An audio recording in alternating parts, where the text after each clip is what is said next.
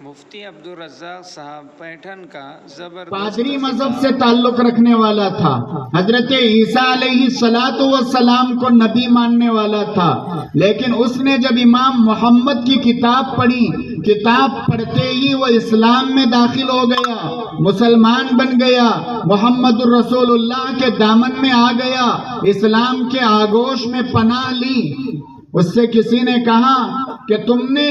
امام محمد کی کتاب پڑھی، کتاب میں تم کو اتنا کیا نظر آ گیا کہ تم نے اپنا دین چھوڑا، اپنا مذہب چھوڑا، اپنا دھرم چھوڑا اور اپنے نبی کو چھوڑ کر ان کے نبی کا کلمہ پڑھا اور ان کو اپنا نبی تسلیم کر لیا. تو اس عیسائی پادری نے کہا کہ میں نے امام محمد کی کتاب پڑھی اور کتاب پڑھنے کے بعد جو مجھے علم کا سمندر اور علم کا دریا ان کی کتاب میں نظر آیا تو میرے دل نے یہ گواہی دی کہ چھوٹے محمد کا یہ حال ہے تو بڑے محمد کا کیا حال ہوگا. امام احمد بن حنبل رحمت اللہ علیہ کے زمانے میں خلق قرآن کا فتنہ کھڑا ہوا اور بادشاہ کی طرف سے اعلان ہوا کہ قرآن اللہ کا کلام نہیں ہے، قرآن اللہ کی مخلوق ہے. ساری دنیا بادشاہ کے فرمان کے مطابق کہہ رہی تھی کہ قرآن اللہ کی. ان کو ایک تو بٹھاؤ، نہیں تو ان کو بھیجو.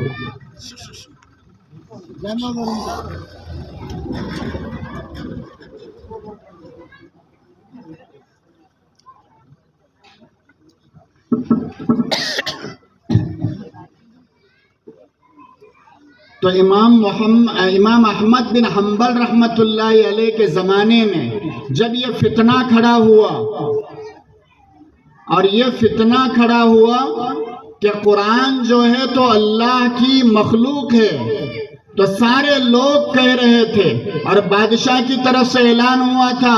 اگر کوئی قرآن کو اللہ کا کلام کہے گا اس کو گرفتار کیا جائے گا اور اس کو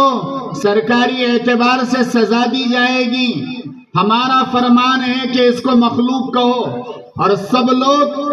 بادشاہ کے فرمان کے مطابق عمل کر رہے تھے، لیکن امام محمد رحمت اللہ علیہ ڈٹ کے کھڑے ہوئے تھے اور وہ کہہ رہے تھے کہ نہیں، قرآن اللہ کی مخلوق نہیں ہے، قرآن اللہ کا کلام ہے.